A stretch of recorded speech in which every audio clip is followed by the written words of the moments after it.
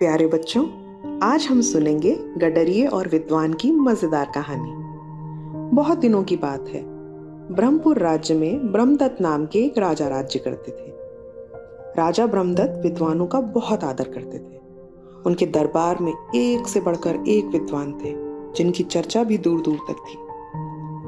अगर किसी दूसरे राज्य से कोई विद्वान भी आता तो उसका भी वे खूब आदर करते और उसे मुंहमांगा इनाम भी देते। पर एक दिन उनके दरबार में एक अनोखा विद्वान पंडित आया। महाराज ने उसका भव्य स्वागत किया और एक ऊंचे आसन पर बैठने को कहा। लेकिन पंडित ने कहा, महाराज, मैं यहाँ अपना स्वागत करवाने नहीं आया हूं। मैं तो आपके विद्वान दरबारियों से इशारों में कुछ पूछूंगा, जिसका जवाब उन्हें भी इशारों में ही देना होगा। अगर उन्होंने मेरी बातों का सही जवाब दे दिया तो मैं अपना पूरा जीवन आपके दरबार में मुफ्त में सेवा करूंगा। और अगर कहीं आपके विद्वान मेरे सवालों का जवाब नहीं दे पाए तो आपको मुझे अपना आधा राज्य देना होगा। मैं आपकी इस विद्वान सभा में बैठे हर विद्वान को यह चुनौती देता हूं कि अगर वो सच में ज्ञानी है तो मेरे सवालों का जवाब दे। महाराज ब्रह्मदत्त को अपने विद्वानों पर पूरा भरोसा था। उन्होंने पंडित की चुनौती मान ली।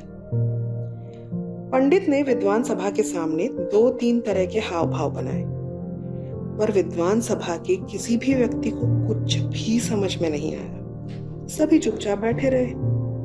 पंडित ने हंसते हुए कहा, महाराज, मेरे इशारे देखकर आपके विद्वानों के तो पांव तले जमीन ही खिसक गई है। जिनकी वजह से आपने अपना आधा राज्य आज मुझे देने की बात की थी, उनकी हालत तो देखिए।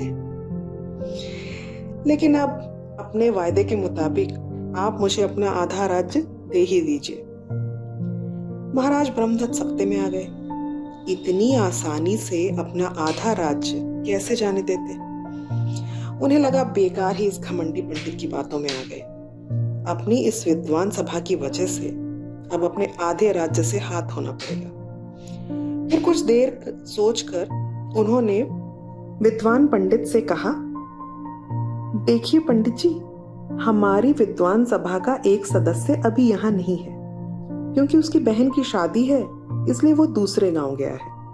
15 दिन के बाद जब वापस लौट कर आएगा तब आप उसे भी यह चुनौती दे दीजिएगा, और अगर आपके इशारों का जवाब वो ना दे सका तो आधा राज्य आपका। पंडित 15 दिन के बाद आने की बात कहकर वापस चला गया। उसके जाते ही दरबारियों ने महाराज से पूछा, महाराज, आप किस सदस्य के गांव से आने की बात कर रहे थे?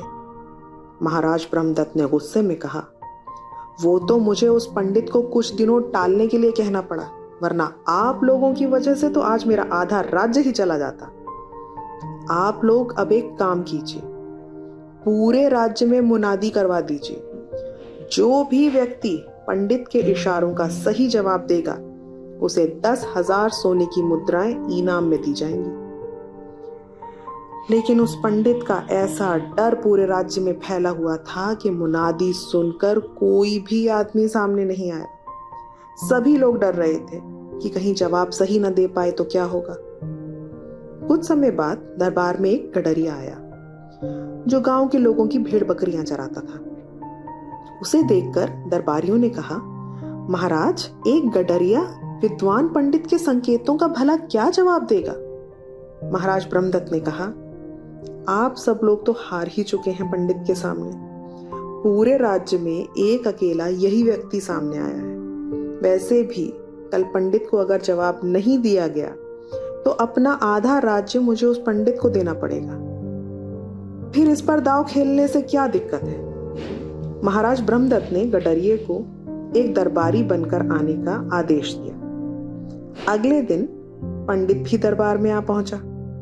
महाराज ने गडरिये का परिचय पंडित से करवाते हुए कहा, यही है हमारी विद्वान सभा का सदस्य।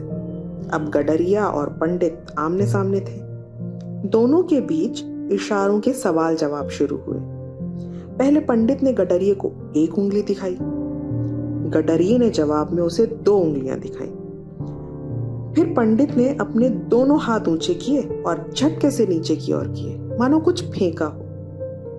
इस पर गडरिये ने जवाब में 2 बार जमीन पर छलांग लगाई और दरवाजे की तरफ भागा, फिर लौट आया। ये देखते ही पंडित ने महाराज को झुककर प्रणाम किया और बोला, महाराज, मैं तो इस महान ज्ञानी के आगे छोटा पड़ गया। आप चाहें तो मैं उम्र भर आपकी सेवा मुफ्त में करूंगा। यह सुनकर महाराज ब्रह्मदत्त ने चैन की सांस ली, फिर भी अपना पीछा छुड़ाने के लिए बोले, अरे नहीं नहीं, आप कुशल पूर्वक अपने राज्य वापस लौटें। बस जाते जाते ये बताएं कि इन इशारों का क्या मतलब था। पंडित ने बताया, जब पहली बार उसने एक उंगली दिखाई तो उसका मतलब था सबका मालिक एक है। लेकिन आपके विद्वान ने कहा, नहीं, मेरे 2 मालिक हैं, पहले ऊपर वाला, दूसरे हमारे राजा। दूसरी बार मैंने उससे पूछा, ऐसा क्यों होता है कि हम धरती से नीचे ही नहीं गिरते? आपके विद्वान ने इशारे से समझाया कि ऐसा पृथ्वी के गुरुत्वाकर्षण बल के कारण होता है, जिससे हर ऊपर फेंकी गई चीज वापस जमीन पर आ गिरती है और हम जहां होते हैं वापस उसी जगह पर आ जाते हैं। महाराज भी ये जवाब सुनकर बहुत खुश हुए, पर पंडित की बातें सुनकर गडरिया हंसने लगा। पंडित के दरबार से जाने के बाद महाराज ब्रह्मदत्त ने गडरिये से पूछा, तुम क्यों हंस रहे थे? उसने जवाब दिया, महाराज, मैं सच बताऊं, मैंने सोचा वो मेरी एक आंख फोड़ने की धमकी दे रहा है, तो मैंने इशारे में कहा, मैं तुम्हारी दोनों आंखें फोड़ दूंगा।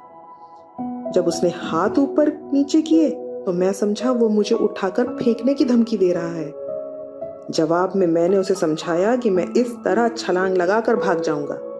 गडरिये की बातें सुनकर महाराज और सभी दरबारी जोर जोर से हंसने लगे।